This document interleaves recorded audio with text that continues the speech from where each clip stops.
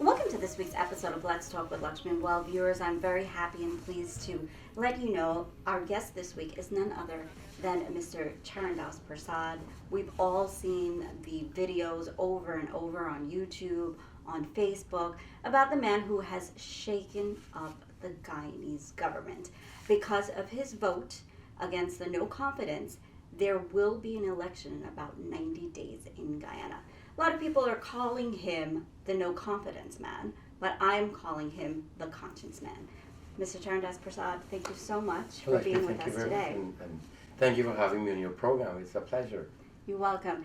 Now, I must say that, I've pretty much lived in New York City for all of my life. I came here as a baby. And for the very first time, I'm extremely interested in the politics in Guyana, and that is because of you. A few weeks ago, you shook up the government by voting against your party. Mr. Rajkumar. No. Mr. C. Persaud. Yes. Mr. Figuera.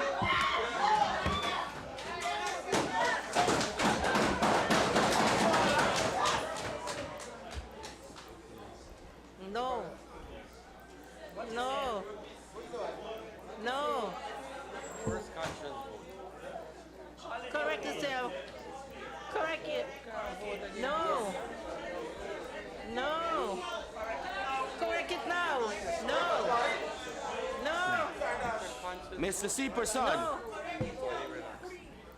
No. Mr. C. Persaud. No.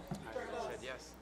What was the single most reason that you would say that you voted against the government? Lakshmi, it's a tough question, but it's a delicate question. When I joined the AFC, I thought that it was the party that could bring the Guyanese people together, because it was a combination of the African Guyanese and the Indo-Guyanese. And that was working really well. When we even formed the coalition in 2015, the general elections, I did not think that we were going to be submissive as an AFC team. We were 12 AFC members of parliament, 8 ministers and 4 backbenchers. I honestly thought that we had what can be described as the control of the 2 major parties, even though we were now part government. We didn't have to say yes to everything that the government did. We didn't have to oppose everything that the opposition presented. If at all they were beneficial to the people, that's what we were supposed to do. That's what I thought we were going to do. That didn't happen. No, you would definitely think that with the voting and how everything came out. But knowing the history of Guyana, there's always racism, there's always prejudice, it's always the black against the Indian. Did you truly believe that? Yes, I did, as far as the AFC was concerned. But the disappointment was great, because they were just yes men or yes people. We as backbenchers, 4 of us, Rutherford, Rajkumar, Charrandas Persaud, and Michael Carrington, we asked them to have a caucus before we go into parliament, so that we can decide what we are going to support, what we are not going to support. They refused to have that meeting with just the 12 AFC members. So we were part government and nothing to do with AFC anymore. And that's how I saw it. So there was never no meshing, there was no combination of the governments. So were there other issues that you were against before you voted against this one? Seriously, yes. What the people perhaps don't know, I was not a parliamentarian by one of the top up, as they call it, MPs. I was a national MP for Region 6. You therefore, as a national MP for your region, you speak for, you look out for, you represent the region. What was I in Parliament as a national member of Parliament? Nothing. I couldn't say anything that would have made a difference.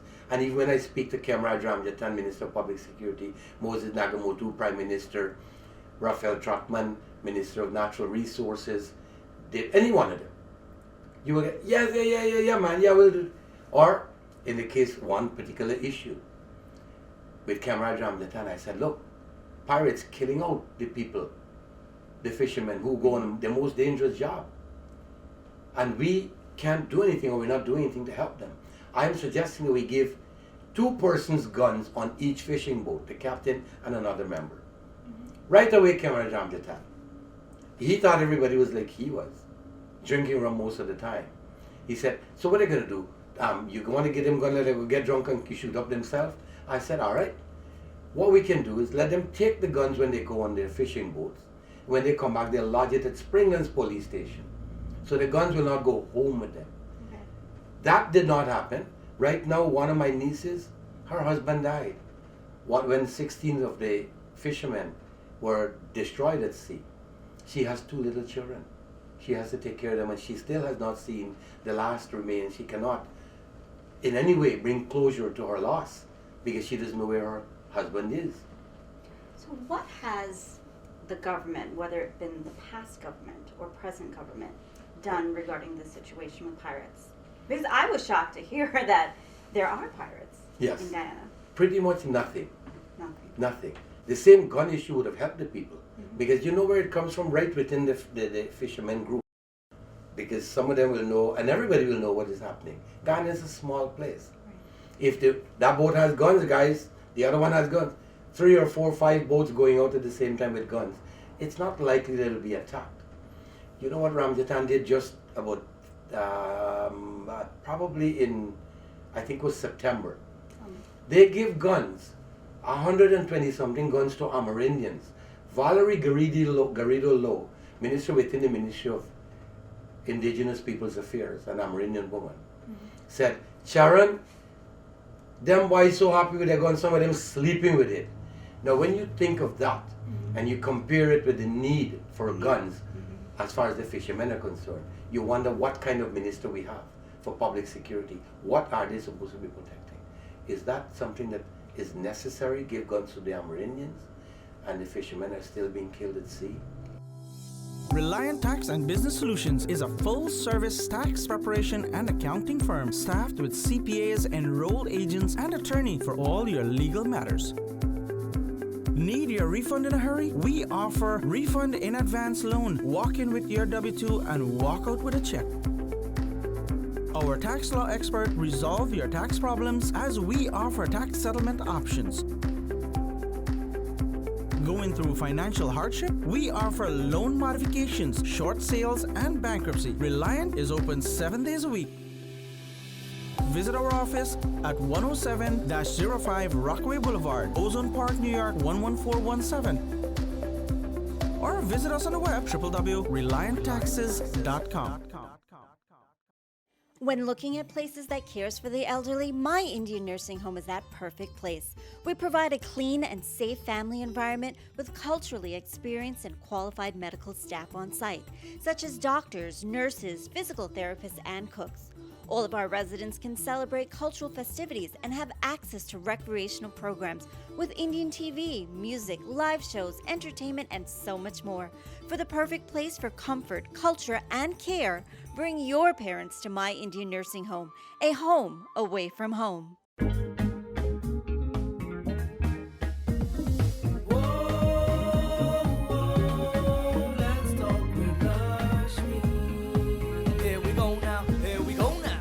Now you sound like a man that truly cares about the people. Tell me about what your relationship is with your own village back home, especially with the sugar workers losing their jobs. Lakshmi, my father was a cane cutter. As a representative for Gao in 1963, he was one of the 10 victimized workers. We were then 14 of us. And a cane cutter's wage was what we depended on. Lucky for us, one of my big brothers started teaching, $93 a month. But in those days, we were 3 of us in high school, we had to pay fees, $26 per term, which is roughly, because the 3 of us, $26 a month. So the money was barely enough. It was not easy for my father and mother to feed 14 children after my father was laid off from the estate. What you have done to the people now, Mr. Nagamutu and Kemraj Ramjatan, and this government that's sitting illegally there right now, was to deprive children, families generally, of a source of income. Parents couldn't put food on the table. And that's not an easy thing. It is not at all an easy thing. Some of them are going to experience that in a little while. when they can't receive minister's salary, the fat salary they were getting as members of parliament. They will be unemployed. They will then realize how the cane cutters were feeling. 7,000 workers. You put out of jobs and you give them no alternative. Nothing. And now these losers are looking for buyers for the sugar estates. Could you not have done that before? So you didn't have to lay off the people, and if you had to lay them off before you found a buyer, you would not have had to pay the severance pay if you had a buyer. Now they're looking for buyers for the estate. And I have buyers for the Rosal Kanji estate and the Skeldon estate. They're not taking that on. Joe Harmon said, let's see what other offers we're getting. Now tell me, Guyana is rated one of the highest countries in the world when it comes to suicide. Has this particular situation increased the suicide level? They will lie if they say that cane cutters, because of the fact that they were laid off, some of them did not commit suicide. They will be lying. I live in Kanji. I watch people cry to support the children, send them to school. It's not an easy thing. And again, these are the people, the government, Ramjatan and Moses Nagamutu in particular, who when we were campaigning, promised them 20% increase, $9,000 a bag for rice. And when they got in office, all they were doing was enjoying being this high and mighty minister and prime minister. Now Ramjatan is also a Berbishan. Yes, he's from 47 village. So how do your own home village people feel about this? I mean, here you are fighting for their rights, and here he is taking away their jobs. I'll tell you how it feels. Moses claims he was born in Whim. For the local government election, at a meeting, there were no more than 21 people there, and I was one, and I took 4 with me. Ramjatan goes to 47, his home village where he was born. He doesn't get more than 5 or 6 people at any meeting. Yeah. People don't want to see the two of them. The most despicable member of parliament is Moses Nagamutu. The most hated member of parliament is Comrade Ramjatan. That's from the people in Berbice. You can go wherever else you want and find they might be loved. I don't care. I am looking at Region 6. Tell me about the crime rate, since there are no jobs. That definitely has increased. And again, it is sad that the Minister of Public Security, Comrade Ramjatan, has the gall to go public and tell people that crime has decreased. It has not decreased. You have done nothing to decrease crime. As a matter of fact, it's happening where the police are still continuing to bully people and beating up on people, and nobody's stopping that. Nobody's doing anything. I filed 3 complaints, and they're not stopping it. So how does crime how can you even say that crime has decreased? What is the political situation like now? Is it That's why I tension? said, What's going on? Earlier I said that it's an illegal government. And I'll tell you why. Who presides in a court? The judge or the magistrate? Let's go to the judge. The judge makes an order, you're found guilty. You have been sentenced to 3 years. Your sentence starts from that day. Well, your lawyer will appeal. An appeal is filed within 10 days. The hearing of that appeal will be a year or 2 down the road. You're still serving time from day one. Sure. Because that order was made by a judge. Once the appeal is ventilated, if it's found that you were innocent, you will be set free. But until then, you are still a convict. Article 106.6 of the Guyana Constitution says, if a vote of no confidence is carried, if it is passed, the President and the Cabinet must resign. Article 106.7, right after that, next paragraph says, the government will continue to look after the affairs of the country, not this exact word, but that's the gist of it, until an election is held, which should be held within 90 days of the passing of the vote of no confidence, and a president is put in place. So first, the President and Cabinet must resign. What Comrade Ramjatan, Moses Nagamutu, Basil Williams and them don't understand, President and Cabinet do not comprise solely the government. Right. Because you have junior ministers, you have members of parliament, you have the permanent secretaries. These are all government officials. So when the President and Cabinet resign, the government will still be running the affairs of the country.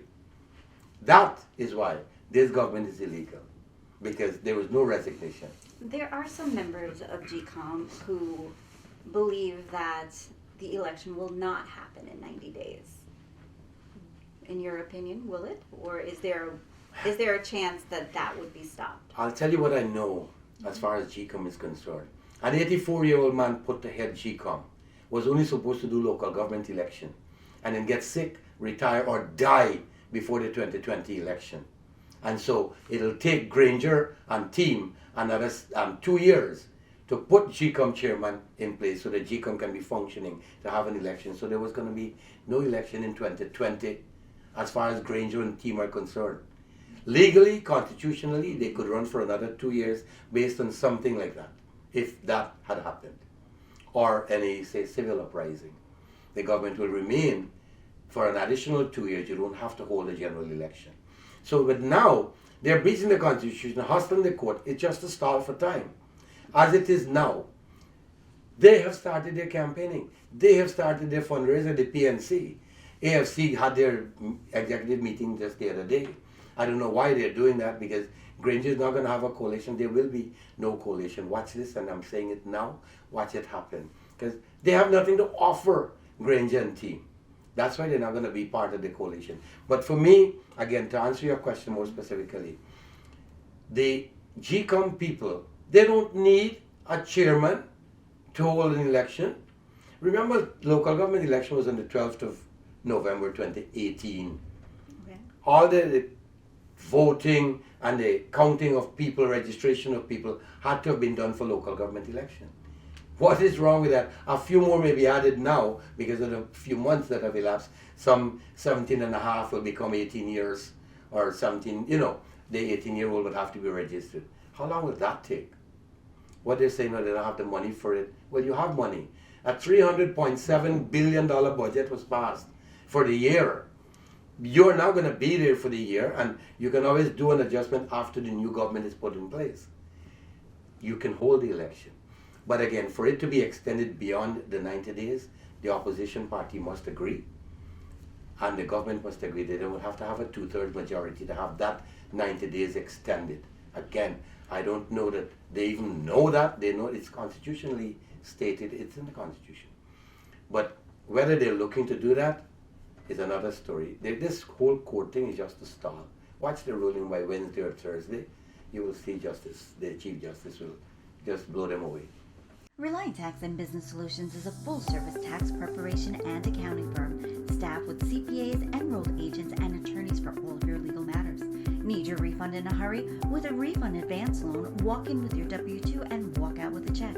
Going through financial hardship? We offer loan modifications, short sales, and bankruptcy. Reliant is open 7 days a week. Visit our office at 107-05 Rockaway Boulevard, Queens, New York, and visit us on the web at ReliantTaxes.com. When looking at places that cares for the elderly, My Indian Nursing Home is that perfect place. We provide a clean and safe family environment with culturally experienced and qualified medical staff on site, such as doctors, nurses, physical therapists, and cooks. All of our residents can celebrate cultural festivities and have access to recreational programs with Indian TV, music, live shows, entertainment, and so much more. For the perfect place for comfort, culture, and care, bring your parents to My Indian Nursing Home, a home away from home.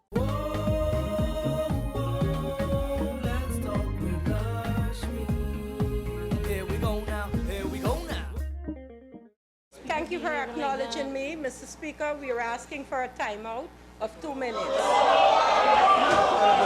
on vote. That's what the thing is that there's no timeout on a vote. I want to go back to that day in Parliament when you voted yes. And they asked for a 2-minute break. And the Speaker rejected the request. Yeah. How did you feel at that point? When I said yes, it was the day that the earth stood still for the entire Parliament. Yes. Not just the government side, but the opposition side really stayed still. The government erupted. Yes. They erupted. Walter Lawrence turned, what the F are you doing? You change. And people, Carl Greenwich, Minister of Foreign Affairs, said he didn't see or hear any threat that Heard was in the made video. to me. I don't know what is wrong with that short man. Jermaine Figuera, the Rasta parliamentarian from Linden, Region 10, Right away, one swing of the right hand. Change your effing vote. Who didn't hear that? To my extreme left going down the line, the voice of Rajkumari Bancroft. No, Charan, no, Charan, you gotta say no, Charan. Bonnie Rajkumar, my friend, to my immediate right from Essequibo Region 2. Charan, you held on me. Charan, you have to change your vote. Charan, you have to change your vote. You have to say, no, Charan, you have to say, I already voted. Walter Lawrence stood up. Mr. Speaker, I must ask for a timeout of 2 minutes. Well, I think she had shit-ins. She wanted to go to the washroom, so she needed timeout. You heard it clearly if you play the video again. Anybody who was there heard a voice saying, Charandas, you're going to dead tonight. That was the voice of Jennifer Wade from Region 5. Was I not threatened? And the timeout was simply to give them an opportunity to work me in whichever way they wanted, however they were going to do that. That is why they strengthened my resolve. They strengthened my decision to say, yes, I wanted those people far out of Parliament. And when it came back to the count, the Speaker acted wisely, justly, constitutionally correct when he said no time out in a vote. The vote must take to its completion. That was amazing. Two-part question. Yes. When everybody was going crazy, trying to tell you to change your vote, were you scared? I was stiff. I thought I was paralyzed. What is happening now? Because I knew that at that stage, I probably would not live to see another day. Yes meant bringing down this government, removing these jokers from Parliament. And they did not want that to happen. So they were doing whatever. Rafael Trotman had a throat problem. But he was the one who told Walter Lawrence to ask for time out. They wanted to get me to change my vote. And everybody, the world heard all the pleadings and the threats to get me to change my vote. It did not stop until the Speaker finally said, we will do a recount. When they asked the Speaker for a break, and he had to answer, at any point were you thinking that he was going to agree? At that give a stage, break? yes. Because he has shown bias long before in Parliament.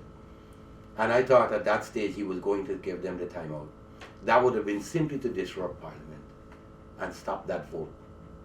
What was your level of fear at that moment that he would say, take a break? My life. But at that stage, if the break would have been granted, I'm guessing that they would have expelled me from Parliament right then to make sure I'm no longer a parliamentarian, so I can't come back in and vote. Is that something that they could do? I'll tell you what they did. 2 minutes, 3 minutes before the sitting of Parliament, when they would table the vote of no confidence on the 16th of November 2018, we were supposed to sit. 2 minutes, 3 minutes before, I was walking into Parliament and got a call saying, don't show up in Parliament, we're going to meet at the President's office of the President. Why? 2 members were absent. They wanted to discuss the vote of no confidence, which was going to be tabled down the line till out in December. It was before the budget debate and all that. But they do things that are constitutionally not correct. They've done quite a few already, this government. What is your relationship with President Granger? Are you guys on a friendly term? Are you on a day-to-day basis term? What is your relationship with him? I've campaigned.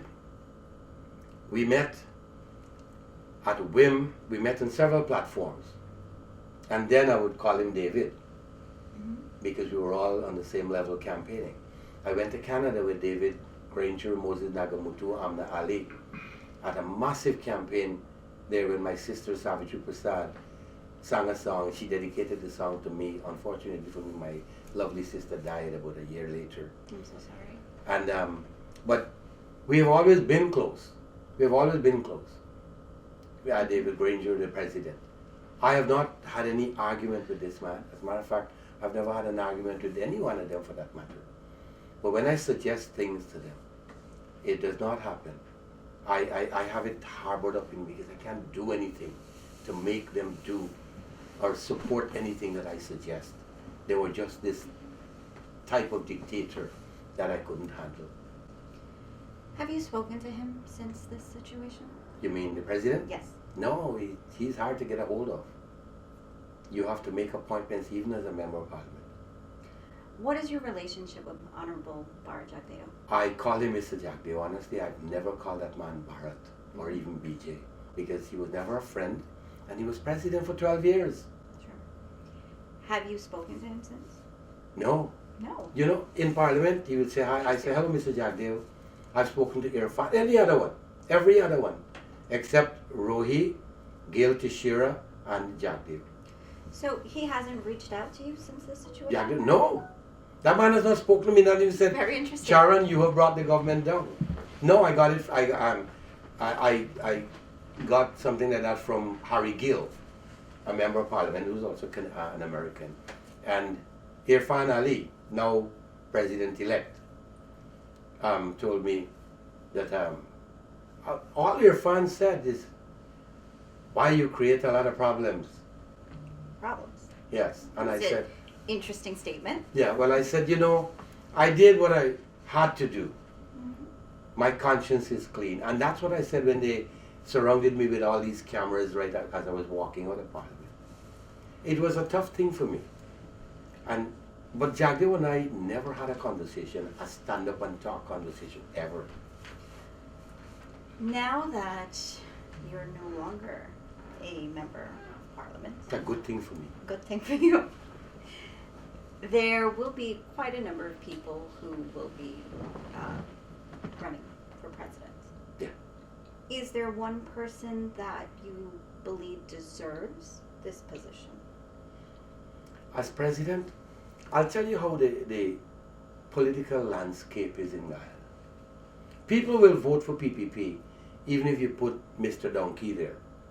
People will vote for PNC even if you put Mr. Jackass there or Mrs. Jackass.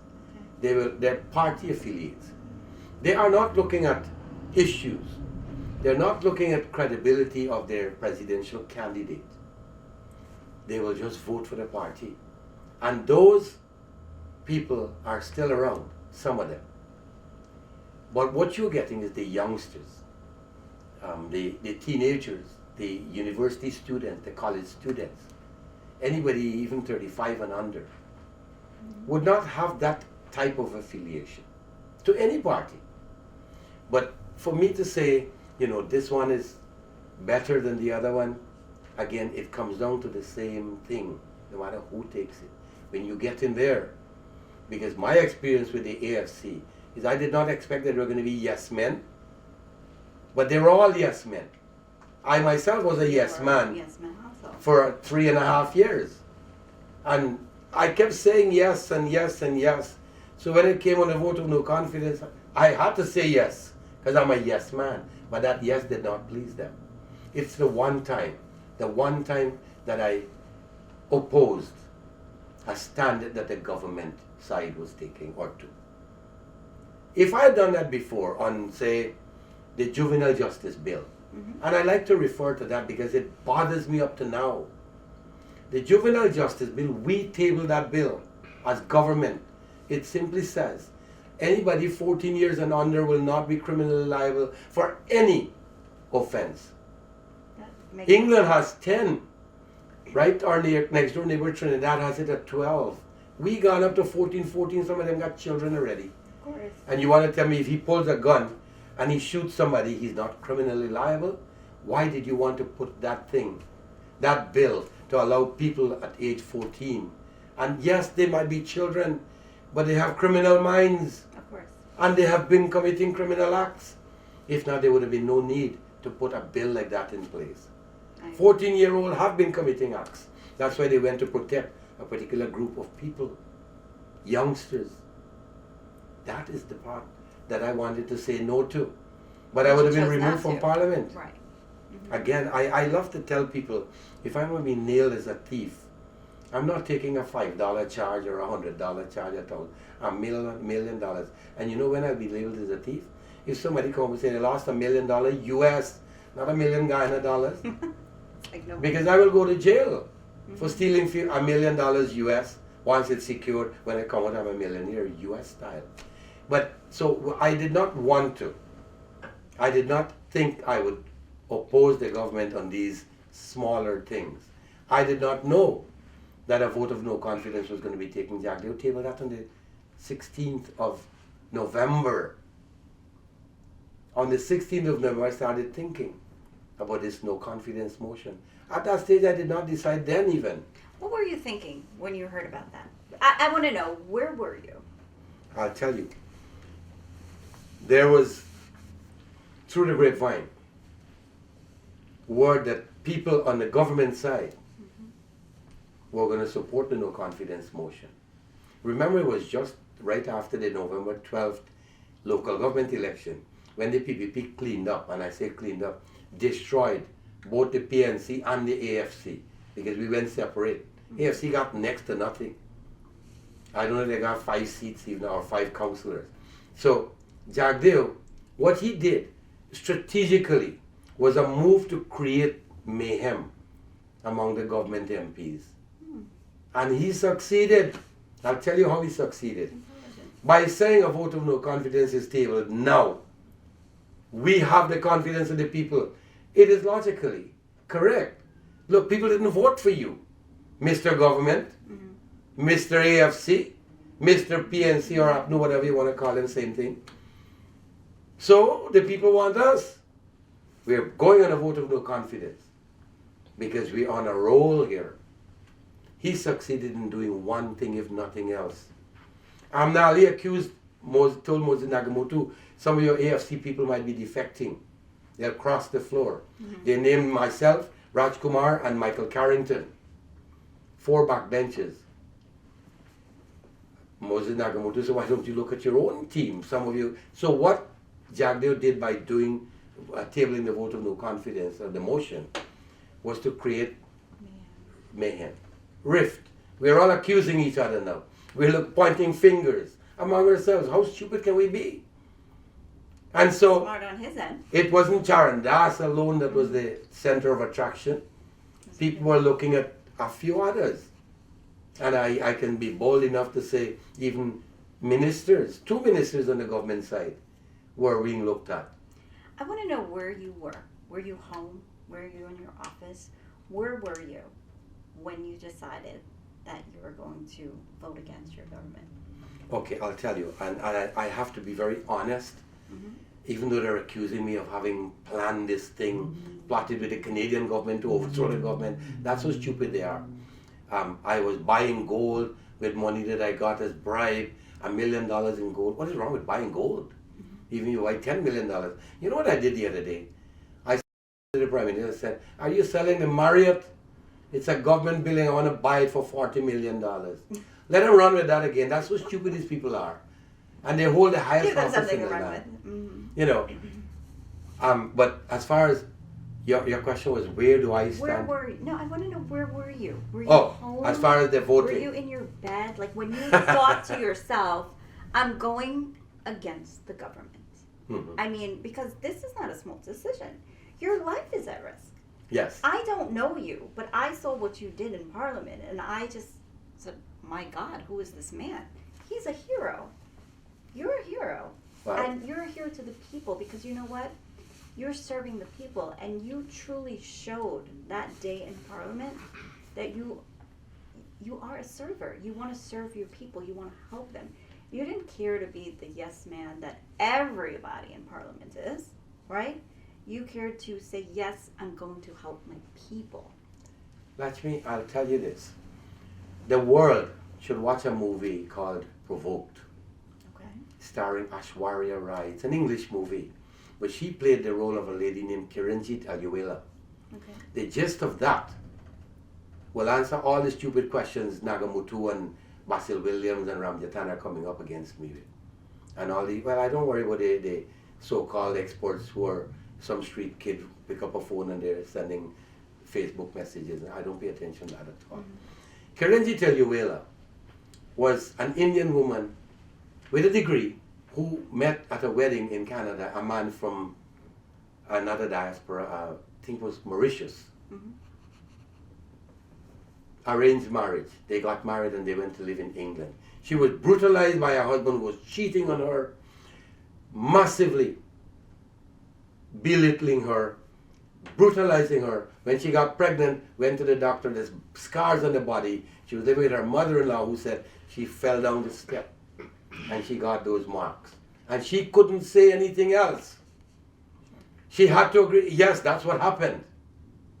And for 10 years and 2 children, she took that. And when doctors questioned her because she had to deliver babies, she was examined and she was seen naked.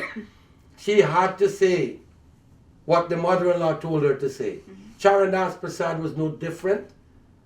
I had to say what the government wanted me to say, or they would have kicked me out of Parliament. One night, Kerenji Telluela took a bowl of oil and a lighted dia or flame in her hand, and she walked up and the husband was sleeping, poured it on him and gave him the light. And he came out like a flaming torch. Obviously, she told the world what she did. Why should I deny what I did? I wanted to remove the government. The night before, I wrote letters to my son and his wife with the 2 grandchildren, to my nieces and nephews, to my brothers and sisters. 3 letters. They want to see the letters? I'll give them the letters.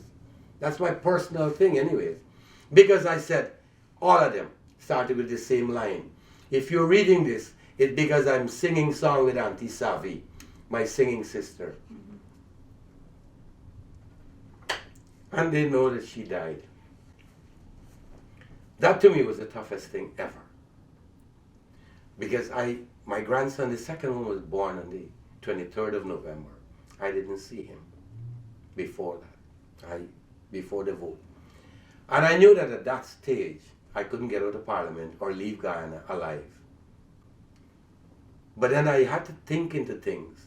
And I knew Peter Persaud as a military man, U.S. military. And I said, Pete, look, if the vote of no confidence is going to be debated tomorrow, this is the day before. I said, can you give me some help? I need some protection, literally, to get out of Parliament and to get to the airport. I also told him, my itinerary was handed to me long before, a week before. I booked my flight to leave. Even before this, because I wrote Amna Ali, Chief Whip, when is the next sitting of Parliament after the 21st?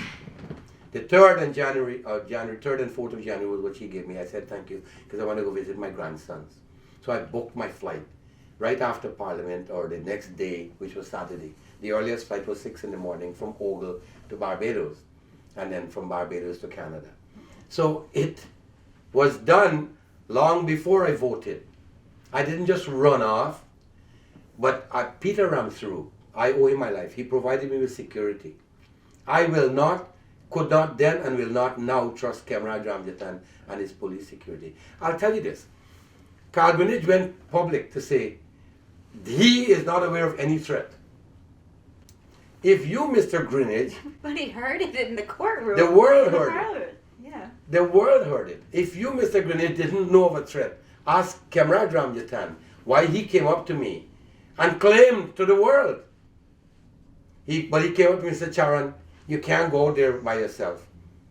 Your life is in danger. Charan is dangerous out there. I will give you security to take you to your car. I said, no, it's all right, because I had my security in place. It was Cameron Ramjatan who claimed that he provided security for me to get to the Temeru Chedijagan International Airport. Yeah. And it was that fool whose investigation he prompted. It wasn't that because the Commissioner of Police was so bright. Cameron Ramjatan gave him those documents. My custom declaration form or immigration declaration form, a copy of my passport. That showed that I left from Ogle. So you see the lie? He wanted, was a praiseworthy attempt. So he can be complimented for taking Charandas safely to the airport. Yeah. Liar! I didn't go to Timeri, I flew out of Ogle.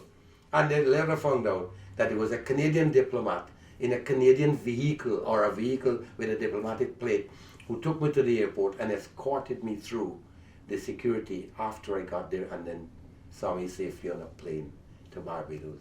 If my life was not in danger, why, Mr. Ramjatan, Minister of Public Security, did you have to provide all this security for me? It is so obvious that the setup, the praise thing that they were hunting, all went wild, man. They went wild. So I arranged with Peter Persaud to give me protection and take me out. Side entrance or exit in Parliament, back door, back gate. I paid, or we paid, the guard at the back gate to open the gate for us. That's maybe wrong. I've been saying that we paid the man. Yeah. It's true. And the vehicles at the back took me out of there, and then, only then, was contact me with the Canadian Embassy. 2 questions were asked. Are you Canadian? Yes. Do you have a Canadian passport? Yes. Come to the embassy. And so I went, and they took care of me from then. And of course I couldn't sleep for the rest of the night. I was Are at you the sleeping airport now? at 4 o'clock. I still have difficulty sleeping. Terrible difficulty. I went to bed at 3 o'clock this morning. And during the day I get very tired.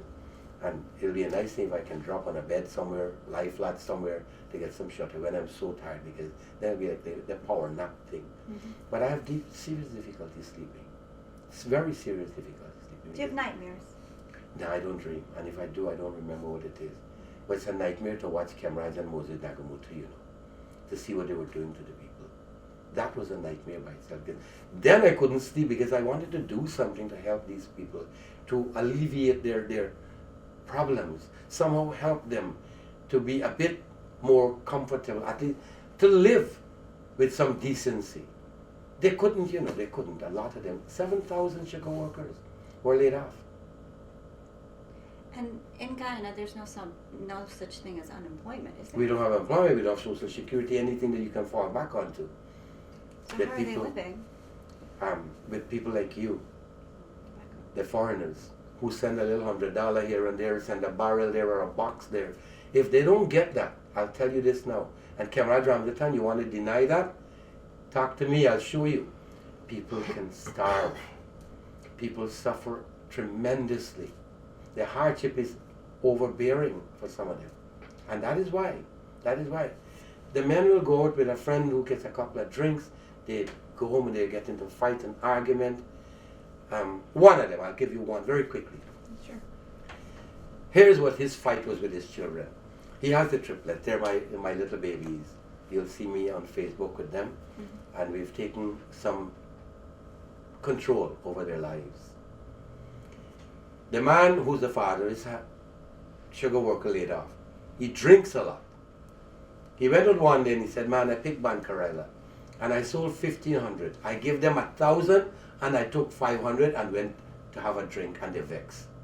Well, you have 5 children, the triplets and a younger one and an older one and a wife to maintain. And you will take 15 out of 1,500, you take 500 just to go drink.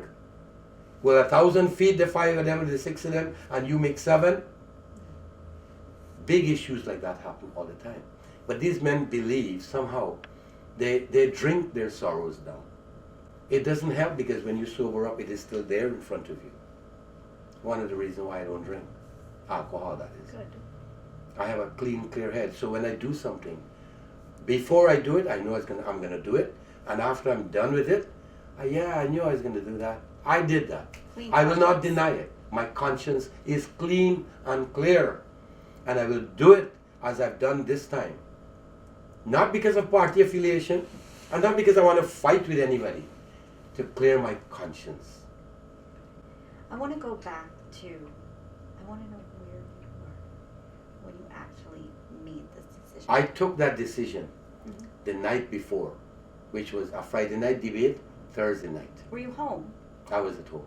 This is something that you had to play back in your mind over and over and over, because this is nothing small. You've put your life at risk. I'll tell you something. Thursday night, when I told Peter, Thursday night I did not sleep a blink, a wink.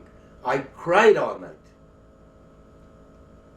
Because then I was writing letters. I wrote 3 letters on the computer, and it took me about 7 hours or so to complete those letters. And one of them is just a page. The other one to my nieces and nephews. I think one was a page and the other were no more than 2 pages in a way. It took me 7 hours to finish those 3 letters. I put them in an envelope and give them to my secretary in the office the next morning, which is Friday morning. So you wrote this at home? I wrote them at home. On my Living home room. computer, printed them and put them together for my secretary the next day. What was going through your mind? Did you think you were going to die? Of course, I knew I was going to die. There was no ifs and buts there. I was so certain I'd die. I'll tell you, I gave my secretary, I said, look, the insurance policy is here. Is my insurance paid up? Yes. Friday morning I checked all of that. But the night when I was writing the letters, it was to apologize to my loved ones. You're a martyr in making, basically. I could have died, man. I don't know whether I'd have been a martyr, but This is very personal, and I don't even know how to ask you, but to ask you. Were you thinking that you're going to be shot, stabbed, run over? I expected gunshots because I figured they'll call somebody and they'll come down with guns, even the police. And it would have been a shootout or a shooting because I didn't have my gun with me. So it would have been a shooting. They'd just slaughter me and leave me there like a dog on the street. But I was prepared for that, you know. Did you envision this in front of Parliament or on your way home? Thursday night, all night, that's all I thought of. That's all I thought of. All night Thursday night. Where, when, why, At home, how? because I knew that I would then vote yes. I will support the no confidence and remove these losers. And for me to lose my life, I saw thousands of people would be better off. And by way of the government being removed, by them being given an opportunity now to have something more than what they had, at least to have a job or to be put into a position where they could have earned for their loved one a little later down the line, but still it would have happened. That's what I did. Mr. Persaud, at any point were you fighting with yourself? Like, yes, no, No. no. No. Once I took the decision, I treated it like a red light, you know. You can make a right on red. In Canada, that is. And if you decide you're going to make a right, look at the road, and if it's clear, you go, don't look left again. Because you're making a right on a red. You've decided that it's clear. Just go. You don't have to look to see what else is coming. And for me, once I decided that I would vote yes, it didn't matter what else was coming. And I said that, you know.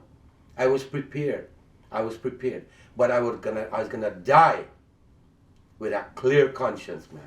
I did that because these people needed to be removed. They were bullying people. They were doing, the corruption was too much, generally on a government level. And they claimed that, oh, we did this with $3 trillion of development, and you have not created one goddamn job. Not one new job, that is. Not one. What do you expect to see in Guyana in the next 3 months after what you've done? First, what I expected was a goddamn date taken for election. 90 days after the vote of no confidence was taken, which would have been by the 19th of March. The opposition may concede and agree to have an extension. But why are they fighting it? They should not. I just want an election. And you know what? If at this stage there are enough people who say, yes, we want the APNU, AFC back in government, so be it. If there's enough to say, no, we want the PPP. The PPP has the plurality. The plurality is the highest number of votes. They form the government. It may not be a majority, but it'll be the plurality, and they have the government and the cabinet. They'll run things. I really don't care which one takes it. But I think that they're all now looking at what they're going to do for the people, because they may realize that if they do things wrong, somebody else, maybe another Charandas, and vote them out. Or a few other Charandas may be sitting right there. Parliamentarians now should have more cojones. Yeah. They should have more guts, Sure. in layman's terms, to stand up to their own people, their own party, if the party is not doing the right thing. Right. Your voice. You're should there matter. to serve the people. Sure. It's the people who put you there, man. Reliant Tax and Business Solutions is a full-service tax preparation and accounting firm staffed with CPAs, enrolled agents, and attorney for all your legal matters. Need your refund in a hurry? We offer refund in advance loan. Walk in with your W-2 and walk out with a check.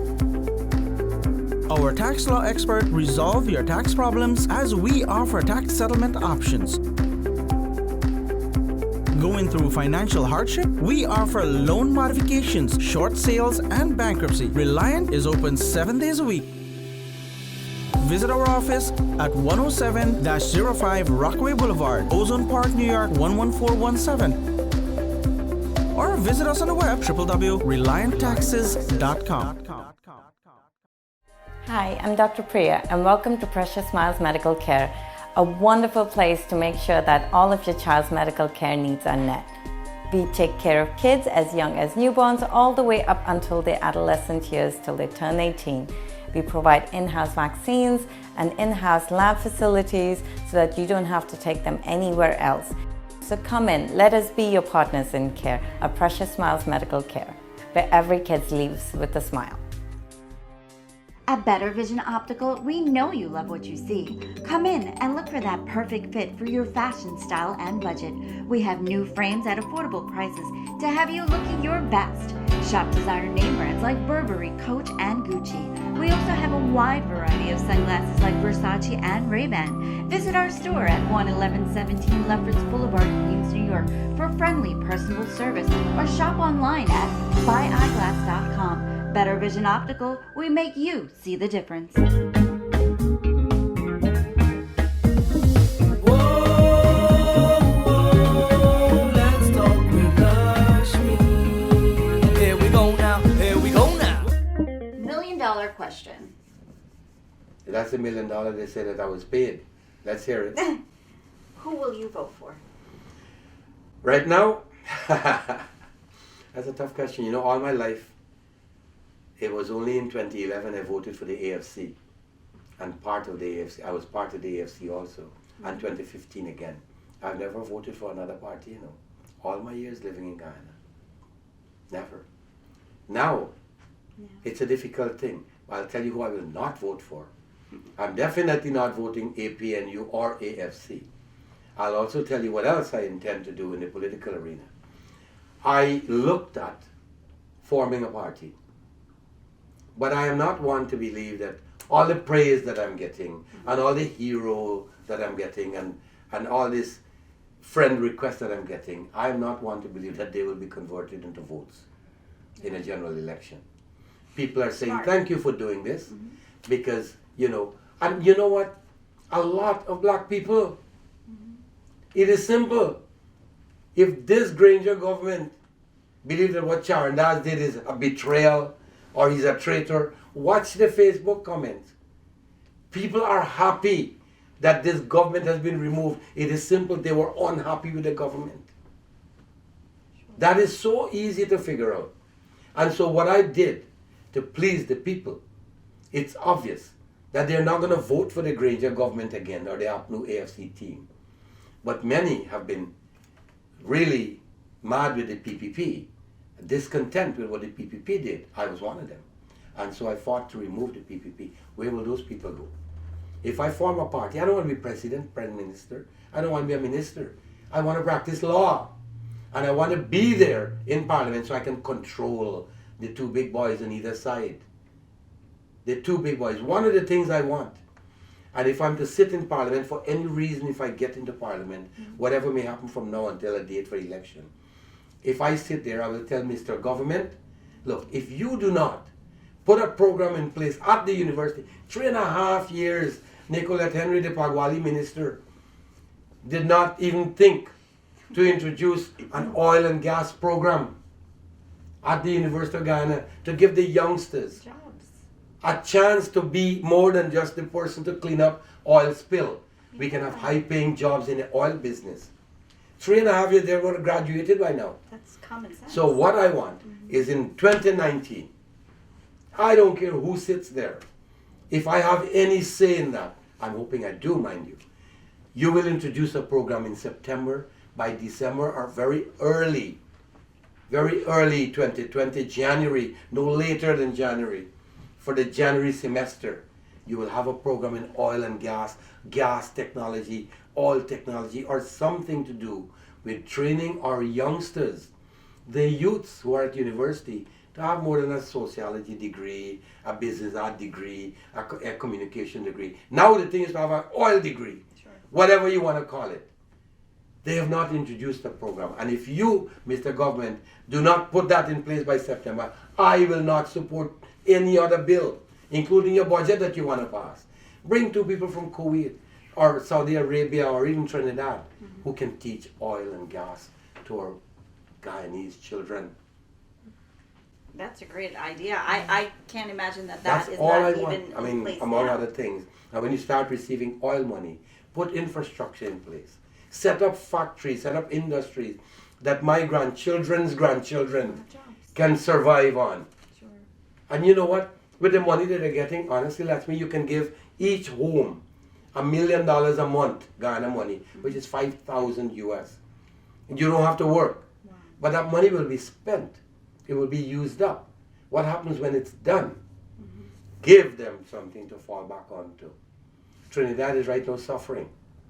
They're closing their refineries after 100 years of oil and the cheapest gas in the Caribbean or North America, South America was in Trinidad. Venezuela is in trouble. Oil money done.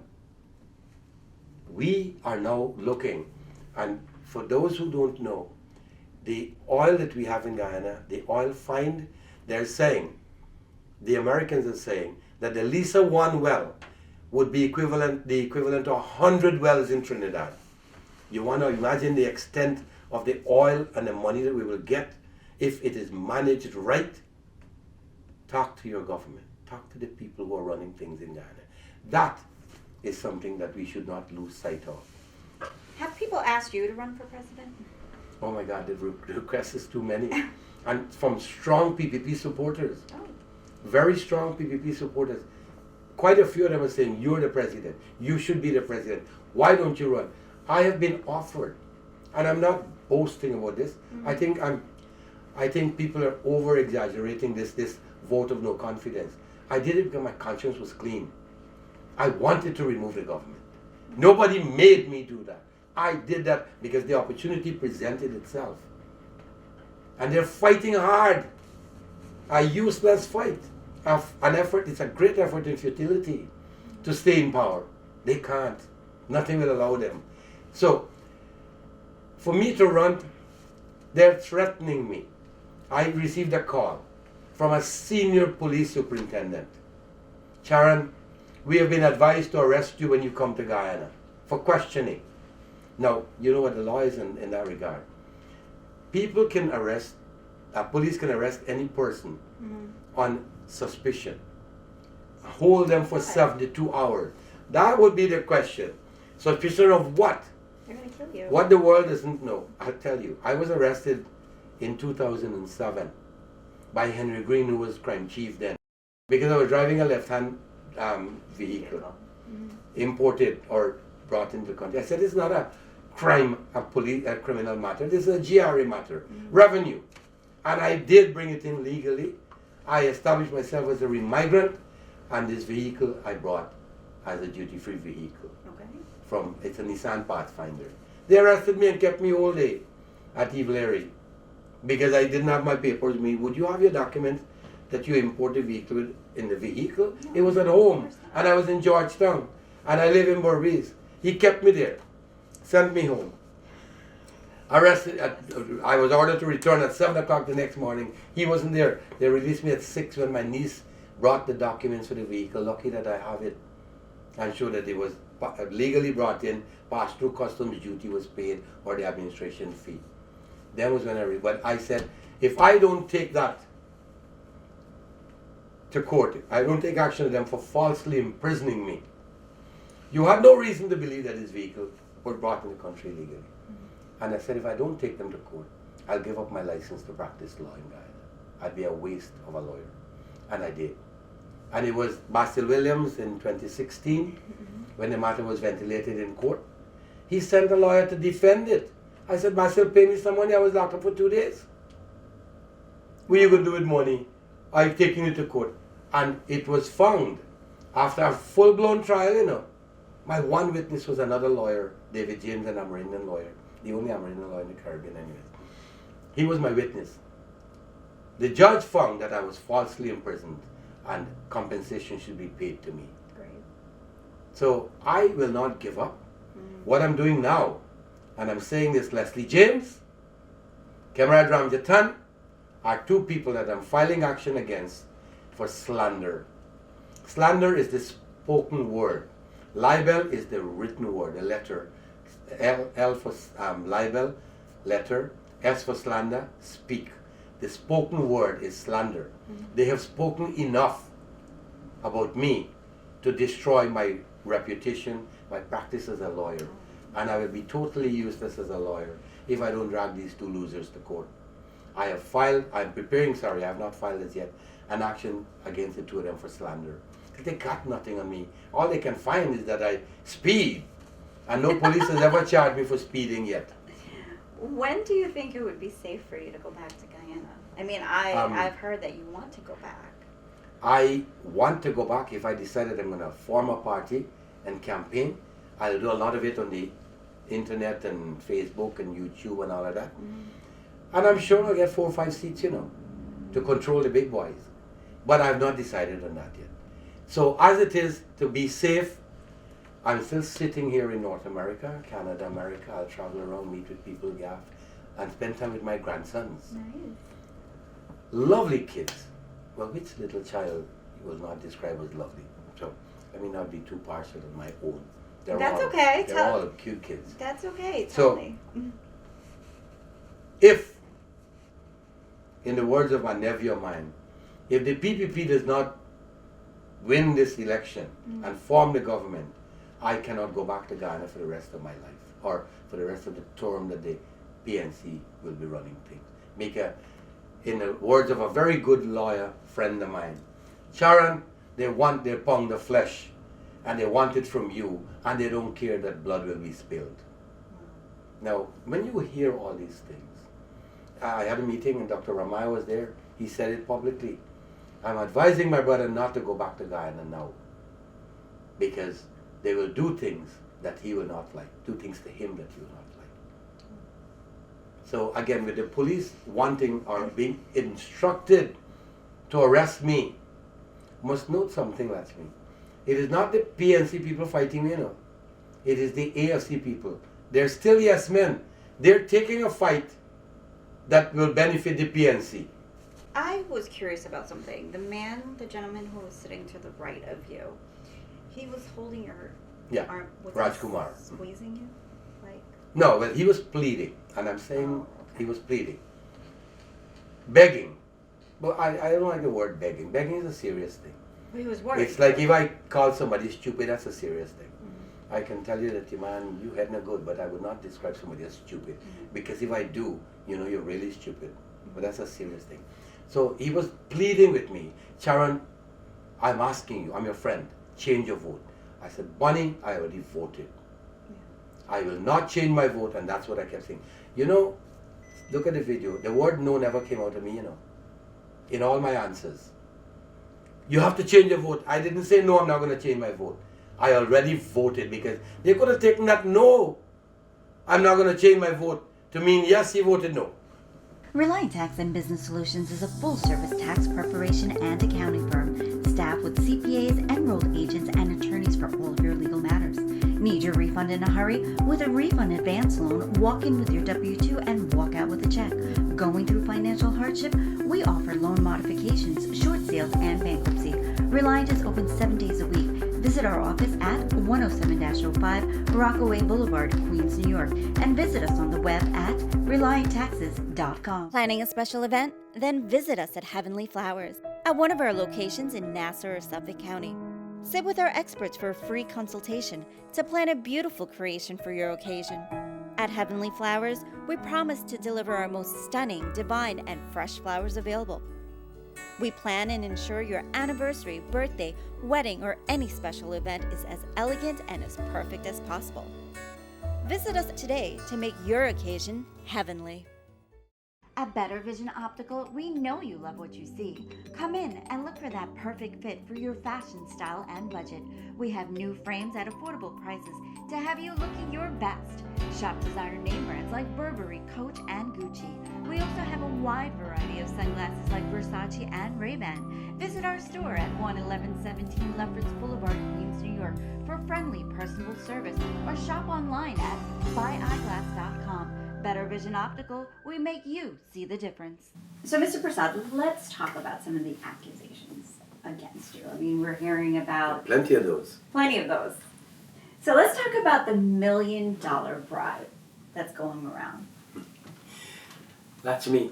My 2017 tax returns will show that I really don't need $1 million that will cause me grief, US that is. In 4 or 5 years, I could accumulate $1 million by working, doing my regular work, hard work, honest work, clean work.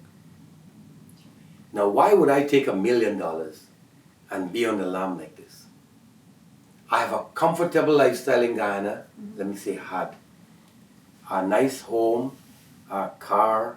I bought a Prado, duty free because I was entitled to. But I bought a $6 million Prado, a 2011, not a brand new one, like the big boys are driving. The government buys that for them. I bought this on my own. I still have it. I can't dispose of it until sometime in February of this year, 3 years later. It's a used vehicle. And I had already looked to order a new one, 2019, so that when I get out of Parliament in 2020, if I don't get back in, I'll have a nice, lovely vehicle that can last me the rest of my wretched life. Okay, so you have not been bribed. Nobody offered me any money. Okay. Nobody gave me any money. The little money that I have, which I give them my Scotiabank account, I say, y'all can go to Scotiabank if you need an authorization, but they can subpoena those records if they have cause. But they will see that there is no money in the account that will please them and their allegation of $1 million US. Then there's another one that says, I went to Trinidad the week before to meet with some oil tycoon who paid me to vote yes. Well, the budget debate How much started was that? about $15 million, I was told. US? US. No. I wish I can meet this oil tycoon, man.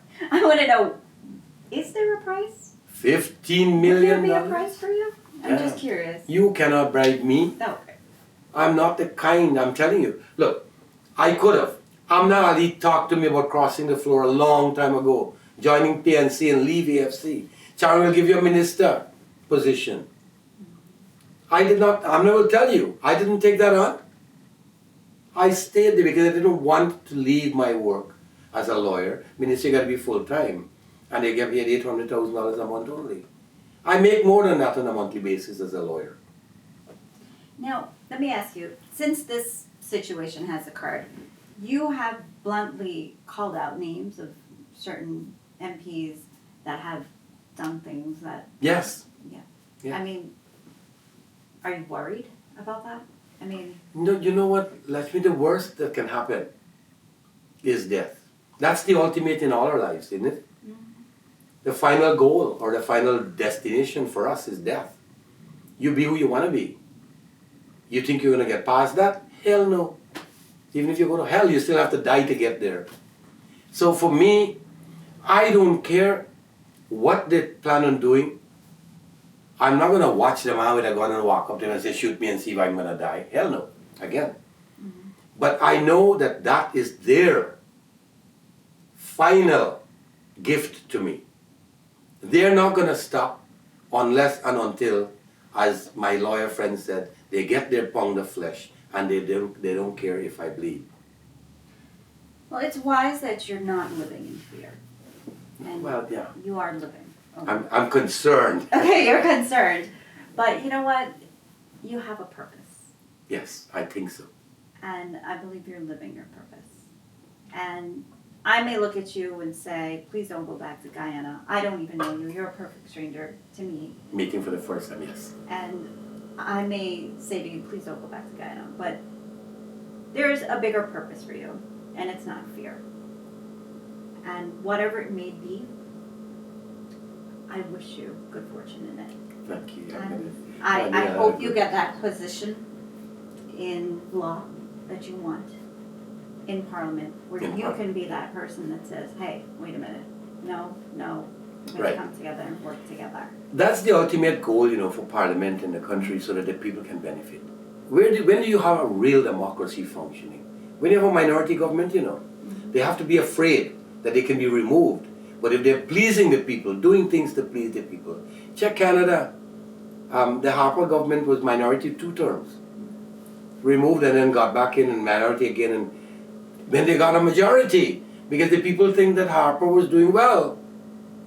Young Trudeau got a majority there again, but a minority government is the only time you can see real democracy, real work being done for the benefit of the people.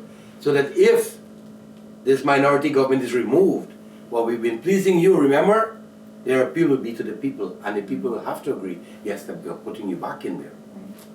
So we need to have that happen in Guyana. And I think this is the beginning of that coming to be. Because of you. Yes. Well, yeah, I did. I'm gonna say I did cause some stir. Shake it up a little bit. Let's talk about this, these gold accusations that you. Raphael Trotman will tell you. I asked him what it is, how do I get a license to export gold? You know what he told me? There were 9 gold exporters in Guyana who are being investigated for illegally passing gold off in the United States. Gold, now here how it happened, or out of Guyana. Gold entered the United States, they had to declare it. But it does not show that this gold left Guyana. So there's the smuggling. When I asked him about this license, he said you have to go through the gold board. I went to the gold board. This was years ago, a couple of years ago anyways. And when we look at the security and the cost of setting up, you have to have a proper place. It must be so fortified, and you have to lodge a couple of $1 million. I didn't have that money to do that. So the license to export gold was abandoned. But I have friends, people outside, who wanted to buy gold. All I was doing, and I spoke to a man named Errol Ross who works for Sidney Allicock, the Minister of Indigenous Peoples Affairs. He told me that Miss Minister's brother has a gold mine or is a gold dealer, and they will assist me. He can look at the price. What will it cost in Guyana if the gold is bought in Guyana, taken in Guyana? And what will it cost if you take it to Canada or to the United States? You have to pay all the export fees and licensing and stuff like that. That's all I was doing. Inquiries. I made some inquiries on behalf of clients of mine. I'm a lawyer, for God's sake. I had to ask DPP. One of the things that I wrote, the Chancellor acting and the Chief Justice acting. I said, men have been arrested on being charged with being in possession of narcotics, cannabis sativa, and you have not tested this thing. They go to court and they plead not guilty, which means they're saying, no, I don't have anything illegal, any illegal substance, and you refuse bail because bail is refused unless special reasons can be shown. You are locking them up now, detaining them, putting them in detention, depriving them of their freedom, and you have not yet concluded that this substance is illegal. The Chancellor and the Chief Justice, I wrote to the DPP on several occasions, I wrote to the newspaper and asked for comments on this thing. Why should a man be imprisoned for being in possession of something that is not yet deemed illegal? Test the weapon and the substance. Have the DPP put this charge off until later. You can be arrested on suspicion, but you should not be jailed on mere suspicion. And that's what they're doing. Tell me what else major have you been accused of? Well, the gold thing, the gold smuggling, they've given up on that. Leslie James was bold enough to go say, the Commissioner of Police, that they're going to extradite me. For what? Where's the crime? These are jokers, and every time they come up with something like that, Good thing you're a lawyer. they end up sounding more comical than anything else. Because now they've abandoned that. I have correspondence with Errol Ross, inquiring about the gold. And then I said, man, if you're going to go up to Charity, pick up some cash drip for me. I need a 2-liter cash drip. I picked up a 5-gallon cash drip from Camarang already, because I bring cash drip for my relatives. I have a niece right here who wants Ghana cash drip. Now, Moses Nagamudi is saying, oh, I'm calling gold cash drip. That man is such a stupid man as a prime minister. The country can't go anywhere with him. Mr. Persaud, it has been such a pleasure to have you here in the studio at Let's Talk with Lakshmi. I am honored to have met you. You are now a hero to many, including myself. You know, they call you the no confidence man, but I'm going to call you the conscience man. You're like Superman, honestly. But if there was a message to the people of Guyana what would it be? Wow, that's a $1 million question. You know, Lakshmi, I honestly hope that what I did, again, I'm a Hindu, and the one line that we should never forget, whether you're Hindu, Christian, Muslim, if you're going to do something and you know that it is right, do it, and don't expect a benefit from that. Because you're doing the right thing. Let it be done because it is right. Whether or not I'm going to get $1 million or $100, I'm going to get a big house, or I'm going to get a ministerial portfolio, should be totally irrelevant. I am doing this because it is right. And that is what I did, you know. The Bhagavad Gita is clear. I'm not very religious, but I've learned a lot from religion, all kinds of religion, all various religions. But a key in the Bhagavad Gita that I picked up on, and that's what I was so focused on. Action thy duty, reward not thy concern. I did that. I didn't want anything. I knew I was going to lose everything. I'd be uprooted from my job, my family, my arrangements that I have there. I don't have a wife. I have my son in Guyana. I'm in Canada, and my daughter who's a doctor in Guyana. She's okay. I have one sister in Guyana now. The rest are outside here. But again, all I am hoping for is that what I did, it was right. I have no regrets. I'm not apologizing for having done it, because some people in the hierarchy are going to lose their jobs. Some call me traitor, some call me betrayer, a Judas. I don't really care about that. But I'm hoping that whichever side gets back into government, and I'm saying back because PPP was there, APNU AFC was there, whichever side gets back, you must understand that the people are your primary concern. And I'm hoping that this act of mine does not go to waste. It does not go to waste. Because I honestly thought my life was going to be just taken from me, snatched away from me. And it didn't matter to me. I did not give attention to that at all, more than dealing with it. Yes, so I'm going to die. All right, fine. I have to die someday. This might be the day, let it be. But I had to do what I did, and I did it because it was right.